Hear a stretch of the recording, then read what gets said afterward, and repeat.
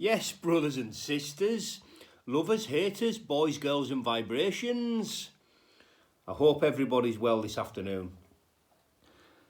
I got to watch the fight live because the girls never come till 2 o'clock. They sat with us for about an hour and a half. They give us me gifts and they've been lovely and it's been, very nice. But now they're away out dossing on the front with the pals. I'm going to give them a shout at 4:30, I said. We're going to make some tea and go for a bit wander on the park. But yes, I got to watch the fight live. It wasn't a good fight. It was a one-sided battering, is what I've seen.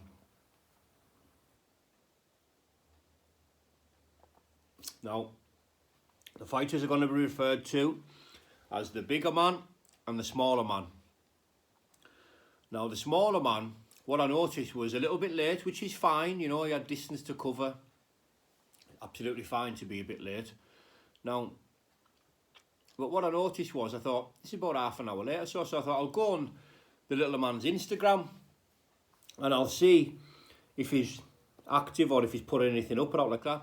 And what I noticed was he replied to somebody's comment at 1:05, and I can't remember. And I remember thinking at that time, mate, your head's not in it.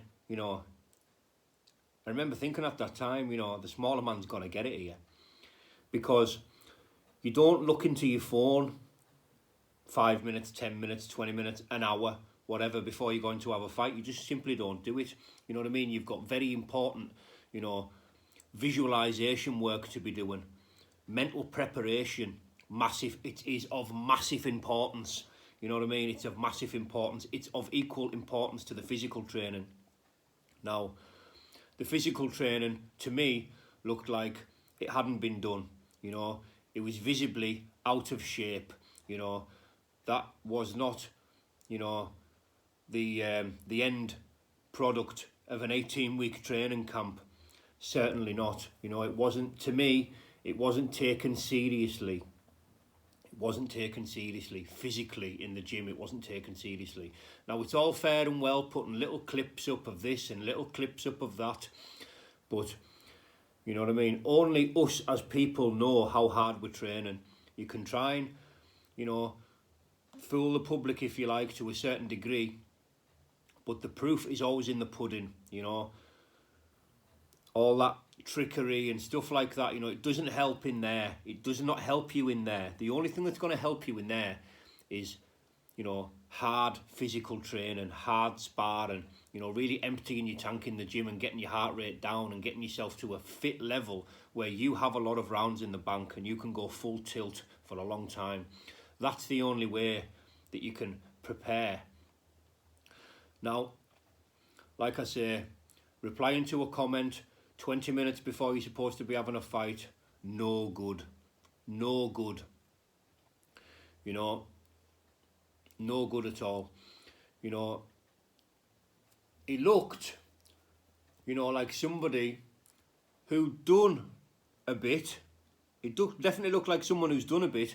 When he was stood in sort of resting boxing position without throwing punches, he was quite jittery. There was a little bit of head movement, a little bit of shuffling about. But it was to no avail. The best work I think I seen him do was he put like a 5-punch combination together. I think the first 3 punches were like wasted, but the last 2 punches did connect. But they certainly weren't hard enough, and they didn't have enough power in them, to bother the bigger man. Now,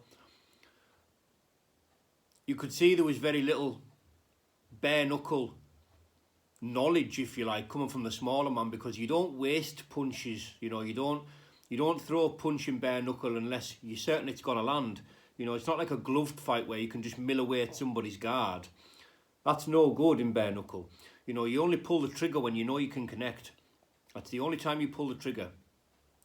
And what I thought was of relevance was the smaller man had fully wrapped hands, and the knuckle was not exposed. Bare knuckle should be exactly what it says in the title, bare knuckles. When you're going to pad your hands like that with gauze, like a professional might do once he's putting his hand underneath the glove, that's got a purpose, not only to protect the knuckle, but its bigger purpose is to fill the inside of the glove more. You know, it's to take away any gap inside the glove. It brings the, you know, the gap inside down. You don't want to be padding your hands with gauze when you're going into a bare knuckle fight. Put it this way, when your knuckles are flying through the air at that sort of speed, they're like blades. They're very dangerous. You know, half a connection can cause, you know, a big laceration. You know, it can cause bruising, swelling. You know, when you've padded your knuckles like that, you're not going to do the required and desired damage. It's just not going to happen. Especially should have given himself that chance exposing the knuckle, because, you know, he doesn't punch that hard. You know, he hasn't got a big punch on him. He can't take a punch, you know. He cannot take a punch, you know. He can't take a punch. The punches that he was put down with were decent enough connections, but they weren't full punches. There wasn't full rotation. There wasn't stepping through the target. You know, the bigger man wasn't stepping through the target. You know, and it was, the fight played out how it played out. You know, fortunately for the smaller man, the fight ended the way it did. You know, he was extremely fortunate to come out of that fight, you know, the way he did. But I say fair play, because, you know, he's got a family and that to go home to. You know, he's got a missus and a family to go home to. You know, and it was done a big favour there. You know, and the bigger man done him that favour. The bigger man spared him, if you like. I didn't see a winner declared, but, you know, we certainly know who won that fight. You know, and the smaller man was on about, you know, perhaps, you know, extending his career and doing some bare knuckle fighting. My advice, friendly advice, would be to swerve that.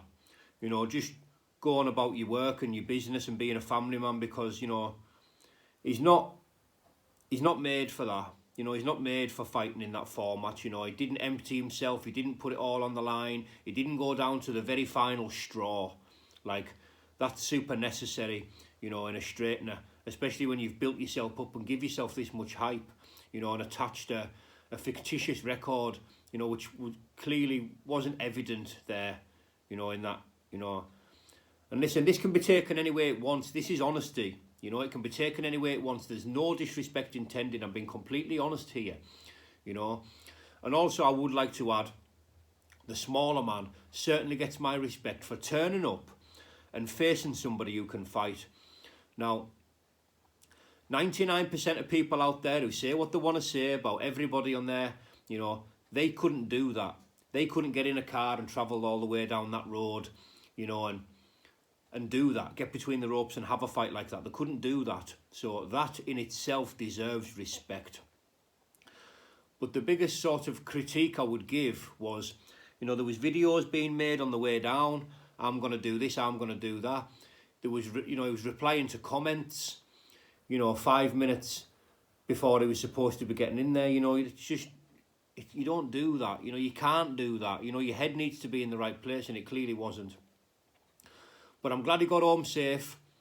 You know, fair play to them for calling the fight, and fair play to the bigger man for letting him off the hook. Now, the bigger man looked a hell of a lot fitter, didn't he? He looked like he'd done the work in the gym. You know, the stones had dropped off him.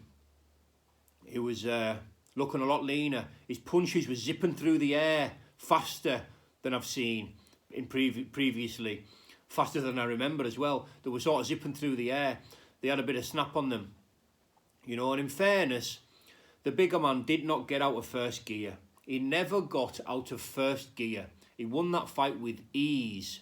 You know, it was a one-sided battering. You know, it really was.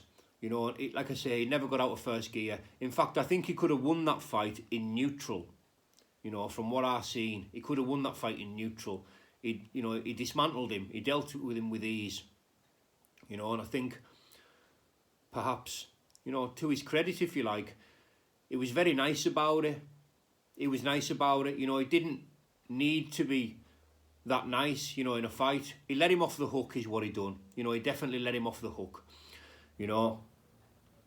That's my honest breakdown, you know.